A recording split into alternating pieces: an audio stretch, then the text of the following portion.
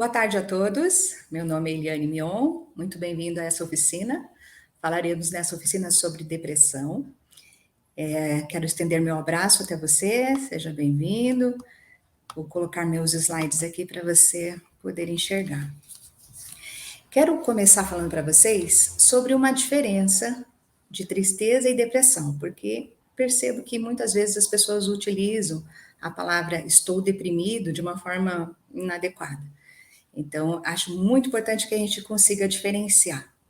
A tristeza não é depressão e depressão tem tristeza. Então, a tristeza faz parte das nossas emoções. Se você é um ser humano, você sente tristeza em algum momento da sua vida. Ela é totalmente normal e adequada, dependendo de certas coisas que acontecem na nossa vida, acontecimentos, coisas de quais somos sujeitos e a tristeza por algum motivo vem. Ela é, portanto, uma resposta a algo que aconteceu na nossa vida, uma luta, um luto, uma perda financeira, uma doença e etc. Ela resulta, então, de uma interpretação do ambiente, baseada nas nossas memórias emocionais. Nós temos uma memória emocional desde o ventre da nossa mãe e, portanto, de vez em quando ela aparece na forma de emoção. Nós sentimos as emoções, também a tristeza, de forma diferente um dos outros, né? Pode ver que algumas pessoas costumam dizer que quando alguém está falando para você, eu me sinto triste, e a pessoa seria inadequado dizer, eu sei do que você está sentindo. Por quê? Porque as pessoas sentem de maneira diferente. Isso a gente tem noção aí na psicologia. Normalmente, a tristeza é caracterizada por uma baixa autoestima, sentimento de solidão, culpa, tristeza, fadiga, ou seja, é muito parecido com a depressão. E o que seria então a depressão? Então, a depressão seria um transtorno do humor, caracterizado então por 9 critérios, incluindo aí também a tristeza, de uma forma muito intensa e de grande duração. Aí é que entra a grande confusão. Dentro da depressão existe sim uma tristeza profunda. Na depressão, o transtorno do humor, da depressão, ela interfere na vida diária do indivíduo, na sua capacidade de estudar, de trabalhar, de dormir, de comer, de se relacionar. E ela muda, então, a concepção da vida da pessoa. Muda também a concepção das coisas, a percepção de si mesmo, dos outros, ou seja, fica muito difícil se relacionar. Um estudo brasileiro, agora na Universidade Estadual do Rio de Janeiro, publicado na principal revista de medicina que temos no mundo, ela mostra que o índice de depressão, num mês de quarentena, passou de 4% para 8%, portanto, dobrou.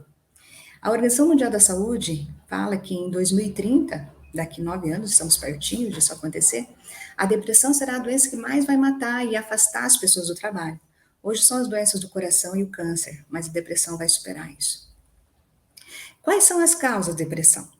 A depressão tem 3 fatores importantes. O primeiro é uma predisposição genética e biológica. Segundo, necessariamente um gatilho. E terceiro, tem os eventos que fazem a manutenção disso. Eu gostaria de falar para vocês um pouquinho do que seriam os gatilhos, possíveis gatilhos para desencadear uma depressão. A perda de um dos pais antes dos 11 anos de idade, a perda do cônjuge, seja por morte, seja por separação ou divórcio, uma doença crônica, uma dor crônica, é muito difícil conviver com dor, né? A pessoa pode usar isso como gatilho para se deprimir. Uma incapacitação física, veja, né? A gente sabe de muitos casos de pessoas que nascem com muitas deformidades, e enfim, essa pessoa não deprime. Então, não necessariamente a incapacitação é um fator para deprimir, mas ela pode ser um gatilho junto com a predisposição genética biológica. Uma situação traumatizante, por exemplo, um assalto, sequestro, violência, abuso sexual, isso pode ser um gatilho para depressão. O estresse, né? A psiquiatria sabe que o estresse é o grande causador das doenças mentais. De forma que, se a gente tirasse só o estresse e a ansiedade do mundo, eliminaríamos 80% das doenças mentais. E a gravidez, né? Sabemos que os hormônios têm um impacto muito grande na depressão. Quero falar um pouquinho sobre o fator genético, né? Ele é tão forte, a gente costuma falar que a fruta não cai longe do pé e não cai mesmo. A genética tem uma forte influência, inclusive, para a depressão. Se um dos seus pais tiver tido depressão, o risco de você desenvolver a depressão é 3 vezes maior. É muita coisa, né? A alteração genética torna a pessoa mais vulnerável aos eventos estressantes. Ela causa uma queda de neurotransmissores no cérebro, principalmente de serotonina. Então, algo que, se uma outra pessoa tem, né, as duas pessoas têm um revés na vida, uma perda, um luto, um encara de uma forma positiva e o outro não. Por quê? Exatamente por causa do fator genético, biológico, que diminui, então, os níveis de serotonina e torna a pessoa mais vulnerável. A ciência ainda está estudando, tentando desenvolver pesquisa para encontrar o gene específico responsável pelo aparecimento da depressão. Aqui eu coloquei os 9 critérios, é o que está hoje sendo usado como os critérios para fazer o diagnóstico da depressão. Eu vou falar bem rapidinho, porque meu foco é falar mais sobre as dicas de como superar a depressão, mas acho muito importante que coloque aqui. E a gente entende, então, que 5 desses critérios ou mais considera-se uma depressão mais grave e suscetível a ser tratada, inclusive com medicação. Mas 5 ou menos, a pessoa teria uma depressão leve e poderia fazer terapia, uma mudança no estilo de vida e teria uma melhora. Então, já mencionamos que a tristeza, um sentimento de vazio, falta de esperança, em muitas pessoas a irritabilidade é o que é muito marcante. Na maioria dos dias, quase todos os dias, isso é muito importante, um critério importante na detecção da depressão. Anedonia é um termo usado para dizer falta de prazer. A pessoa antes gostava de fazer coisas, gostava de sair, de passear, ir na academia, enfim, agora ela não tem mais vontade. Perda ou ganho de peso, algumas pessoas fazem perda, outras pessoas fazem ganho. Assim como algumas pessoas perdem o sono e algumas aumentam o sono. Assim também como algumas pessoas ficam muito lentas e outras pessoas muito agitadas. Essa agitação não necessariamente é motora, às vezes é uma sensação interna. Fadiga, nós chamamos de pernas de chumbo, uma sensação difícil, né, de se locomover, de fazer as coisas, uma perda de energia. Sentimento de inutilidade, culpa, inadequada, né, porque quando você tem uma culpa de algo que você realmente fez, isso é positivo, né, nos leva ao arrependimento e ao pedido de desculpa. Mas quando é inadequada, ela judia demais a pessoa, né? E a capacidade diminuída de pensar, de raciocinar, de se concentrar. Os pacientes costumam falar que estão lendo um livro, está no primeiro parágrafo, no segundo, terceiro, quando chega no final já não sabe o que está lendo, começa, recomeça, né? E aí vai lendo, chega no final, abandona o livro, não tem como ler. E por último, então, o último critério, muito importante, é o pensamento de morte. E o pensamento de morte, então, deve ser dividido entre o desejo de morrer e a intenção suicida em si. Falaremos um pouquinho mais depois sobre isso. Essa doença tem cura? Tem tratamento? Não tem cura. Nenhum transtorno mental tem cura. Tem apenas remissão. Mas tem tratamento. Então, coloquei aqui algumas dicas para se tratar essa depressão biológica. E essas dicas são bem importantes. Talvez alguma delas não funcione para você, mas eu tenho certeza que uma delas vai funcionar, pelo menos. Uma ou duas, três delas vai funcionar muito bem. Então, manter hábitos de atividade física é extremamente importante, não só para a saúde física, mas para a saúde mental. As endorfinas que vêm das atividades físicas, elas proporcionam depois um sentimento de prazer, de satisfação, extremamente importante no tratamento da depressão. Uma alimentação saudável, né? Estou chovendo molhado, vocês já sabem de tudo isso, mas é muito importante mencionar. Alimentos ricos em triptofano. O triptofano, ele é o precursor da serotonina. E coloque lá no Google, alimentos ricos em triptofano, a banana é um deles. Cuidar muito, eu não coloquei ali com ênfase, porque não é para cuidar pouco, é para cuidar muito da qualidade do seu sono. O sono é um presente que Deus nos deu. Ele é capaz de regular nosso humor, ele é capaz de fazer nossa restauração celular, ele é capaz de melhorar nossa cognição, nossa memória, atenção. O sono é imprescindível. Conversar sobre o que sente é uma boa estratégia, né? Porque quando a gente fala, a gente encontra soluções. Quando fica as coisas no nível da cerebral, das ideias, elas ficam muito conturbadas, muito difíceis de serem readequadas, né? Arrumadas. Mas quando você precisa falar para alguém, você precisa organizar aquilo em forma de linguagem. E, portanto, você organiza também para a sua própria mente. Então, é sempre uma boa estratégia conversar com alguém sobre. Ocupar-se produtivamente. O que é ser produtivo? Quando você está fazendo algo que te dá um bom resultado a médio, a longo prazo também. às vezes é curto prazo também, né? A curto, a médio ou a longo prazo. Isso é produtivo? Te faz melhorar, crescer? Se sim, é algo produtivo. Se você responde não, né, é porque não está realmente fazendo bem. Diminuir o uso de telas, de filmes com carga emocional pesada. A gente sabe que muitos adolescentes têm feito muito uso de filmes japoneses, enfim, tem uma carga emocional pesada, né? Controlar os pensamentos, a gente chama isso de automonitoramento. Imprescindível, porque é através dos nossos pensamentos que nós colocamos nossos comportamentos em ação. Então, controlar os pensamentos é extremamente importante. Na psicoterapia, que é o que a gente faz, né, como psicólogo no consultório, a gente treina a pessoa a ser grata. É uma das coisas que faz muito bem no tratamento da depressão. E eu quero falar rapidinho dessa dica aqui para você. Você deve colocar num papel, todas as noites, 3 motivos pelos quais você é grato. E por que é grato? Então, a gente sabe que no final de um mês, os níveis de bem-estar da pessoa sobem muito. Só com esse treino de gratidão. Também não posso deixar de falar para vocês sobre os psicofármacos. O médico psiquiatra faz a medicação, trata com antidepressivos e a pessoa tende a ter uma melhora, porque essa depressão biológica, ela é, como nós falamos, uma queda nos níveis de neurotransmissores. Algumas situações eu gosto de frisar isso, porque no meio cristão, muitas vezes, as pessoas costumam achar que a pessoa não deve tomar uma medicação, que tem que orar a Deus, enfim, não só no meio cristão, isso tem muito, né? Mas nós sabemos que foi Deus que deu a inteligência para o ser humano, foi Deus que deu a ciência, e a gente pode se beneficiar, pode e deve se beneficiar. Então, como eu falei para vocês, naqueles 9 critérios, se você tem 5 ou mais, já se trata inclusive com medicação. Se você não tem os 5, né, tem 5 ou menos, pode tratar só com terapia, pode tratar só com atividade física, alimentação, sim, e você conseguiria ter uma remissão. Mas eu quero falar hoje para vocês também de uma outra depressão.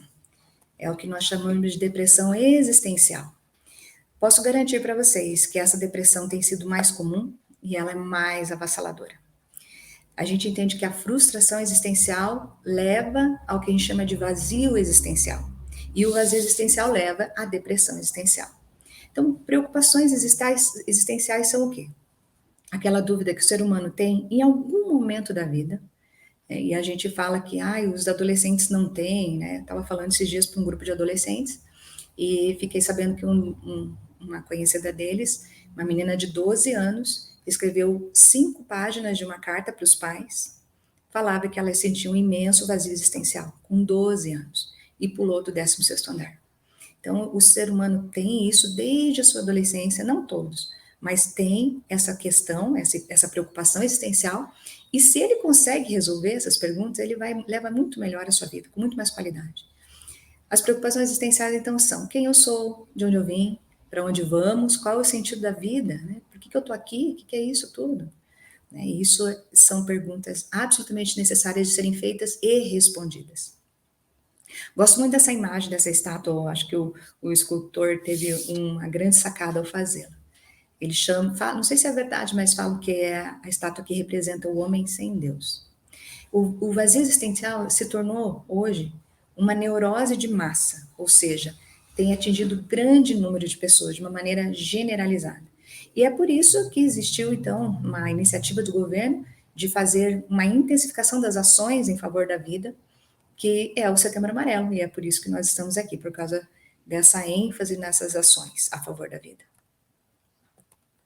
É preciso diferenciar, como já falei anteriormente, o desejo de morrer da intenção suicida, mas nós sabemos que ambos são consequências da falta de sentido. Então, a ausência de sentido seria o início da intenção suicida. Olha que coisa importante. A pessoa não se cansou da vida, mas ela se cansou da maneira com que ela vive. E pior que isso, ela se vê incapaz de mudar essa situação, a sua condição de vida. E o desespero, esse desespero que leva a pessoa ao suicídio, a gente pode entender que é um sofrimento sem o sentido. Porque se a pessoa encontra um sentido no seu sofrimento, ela suporta o como. Vocês estão vendo no slide ali uma frase de Nietzsche que fala: quem tem por que viver pode suportar quase qualquer como. E eu coloquei aqui o exemplo de um paciente, de um grande teórico chamado Viktor Frankl, ele que conta essa história. O paciente estava muito deprimido porque tinha perdido recentemente sua esposa. E ele estava passando por um momento muito difícil do luto, da superação do luto, das dificuldades na vida diária sem ela, a falta que ela fazia. E o Viktor Frankl ouviu tudo que ele tinha para falar e em seguida ele fez uma pergunta para o paciente. Ele perguntou como seria se você tivesse morrido antes dela.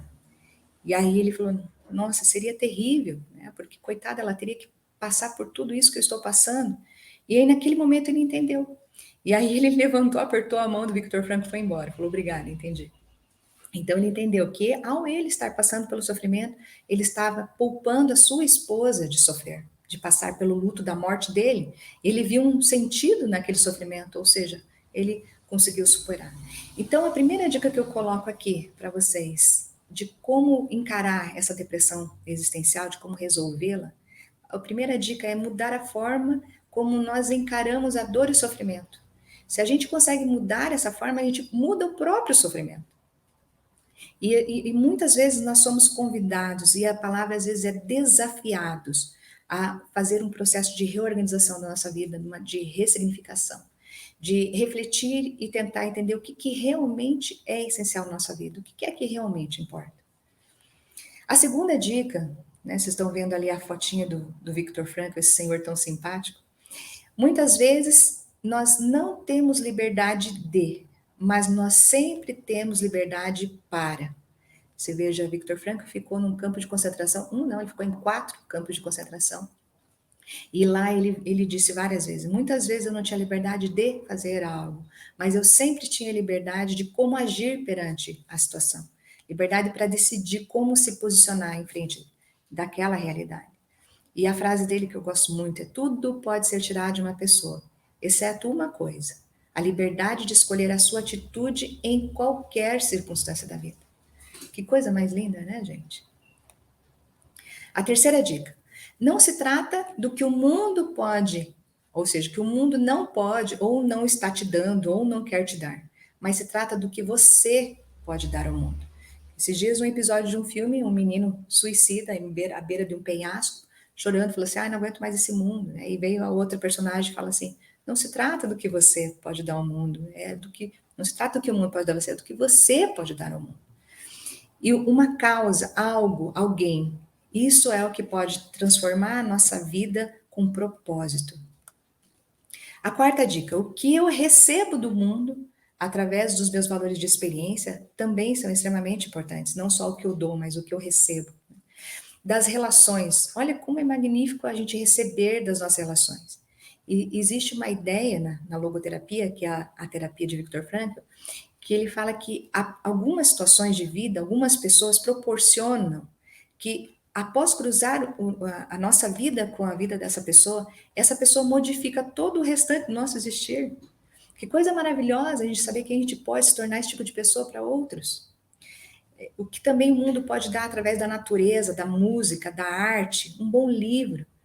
E eu coloquei um que eu acho espetacular, essa ideia do assombro, né? Se a gente for procurar, procurei no dicionário alguns sinônimos para assombro: embasbacar, admirar, atônito, boquiaberto, estupefato, ser pasmo, né, perante algo.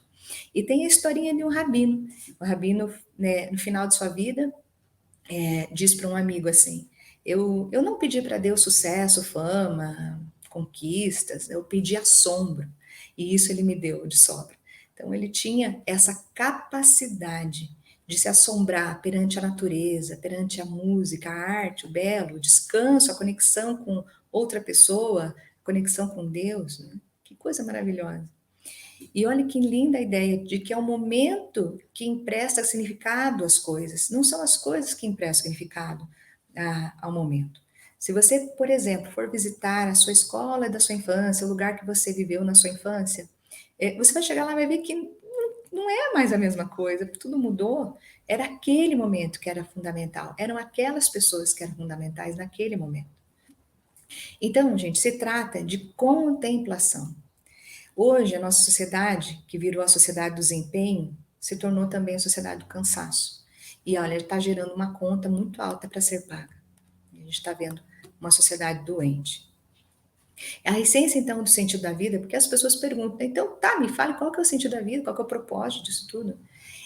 A essência do sentido da vida é nosso papel no mundo, é como eu me relaciono com o outro. A diferença, olha só a quinta dica aqui espetacular. A diferença entre executar uma tarefa e colocar nela sentido. E olha só o exemplo, um exemplo tão simples, uma tarefa tão simples. A grande diferença entre uma pessoa que lava uma louça e aquela pessoa que lava a louça e seca a pia. Então, é uma pessoa que coloca ali qualidade, coloca de si. Que lindo, né? Olha, de outra forma, usando outro exemplo, estar com o outro superficialmente ou estar de verdade com o outro em profundidade. Se você hoje for num restaurante, você observar as mesas ao redor, você vai ver uma família, um casal, amigos, cada um no seu smartphone. E aí faz-me pensar uma coisa que a Bíblia nos diz. Né? A Bíblia fala que a ciência se multiplicaria e o amor se esfriaria. Então, estar com o outro de verdade, completo, em profundidade, isso pode agregar sentido à nossa vida. Sexta dica. E última, né? Já estou terminando. Viktor Frankl prescrevia para seus pacientes não antidepressivos, porque ele entende que na depressão existencial, diferentemente da depressão biológica, ela não responde a antidepressivos. Ela responde atacando ela com a única coisa que pode resolver a depressão existencial, que é o sentido, que é o propósito. Então, Viktor Frankl prescrevia para os seus pacientes que eles adotassem a prática do trabalho voluntário. Você imagina você procurar um médico, sair de lá em vez de sair com uma receita, você sai com uma receita pedindo que você faça um trabalho voluntário? O que você acha? Você ia gostar? Sabe o que Viktor Frankl conseguiu na época dele, lá em Viena? Zerar as estatísticas de suicídio? Zerar, né, com essa forma de tratamento, com a logoterapia. Então, se entende que quando a pessoa se entrega para um trabalho voluntário, ela está fazendo bem para si mesma. Todo mundo sabe, quem já fez um trabalho voluntário sabe de quanto um ato de serviço desinteressado ao outro proporciona para a gente. Então, praticar um ato de serviço desinteressado gera uma carga grande de ocitocina. Ocitocina, para quem não sabe, é aquele hormônio que a mãe tem uma descarga muito grande logo após o parto. E é aquilo que leva a mãe a amar demais aquele bebê e esquecer todo o sofrimento que ela passou. E teve uma pequena história que eu fiquei sabendo recentemente, que eu quero compartilhar com vocês, de uma pessoa que conta que ele resolveu fazer um ato de serviço desinteressado. Ele chegou num lugar e estava com muita saudade da mãe dele, que ele já havia perdido a mãe já fazia uns 10 anos, perdeu a mãe precocemente. E ele chegou num lugar e viu três senhoras que lembrou imediatamente de sua mãe. E ele pensou, nossa, como eu queria estar com a minha mãe agora, sentar com ela numa mesa, pagar um café para ela. E ele falou assim, vou fazer isso para essas três senhoras aí. Ficou com um pouco de vergonha, mas aí ele lutou, foi até a mesa. Chegou lá e explicou, falou assim, eu perdi minha mãe já há alguns anos, mas as senhoras me fizeram lembrar dela, eu gostaria de pagar um café para você. Nisso, uma daquelas senhoras se levanta, imediatamente vai até ele e fala assim, eu acabei de perder meu filho na semana passada. E os dois, então, se abraçam e ficam ali chorando. E aí, se essa história está proporcionando um nível de ocitocina para você, é exatamente isso que ela proporcionou a mim também, quando eu ouvi.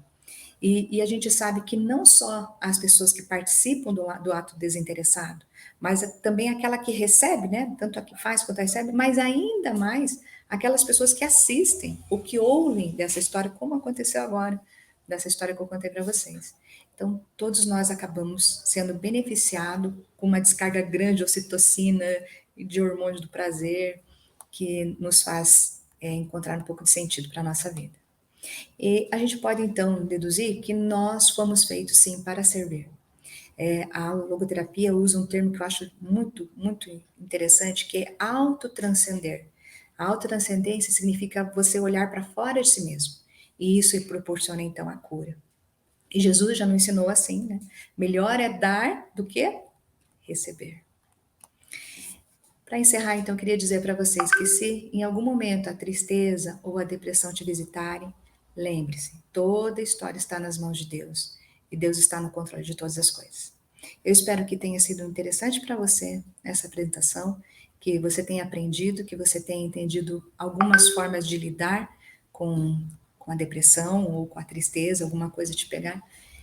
E obrigada pela atenção de todos vocês.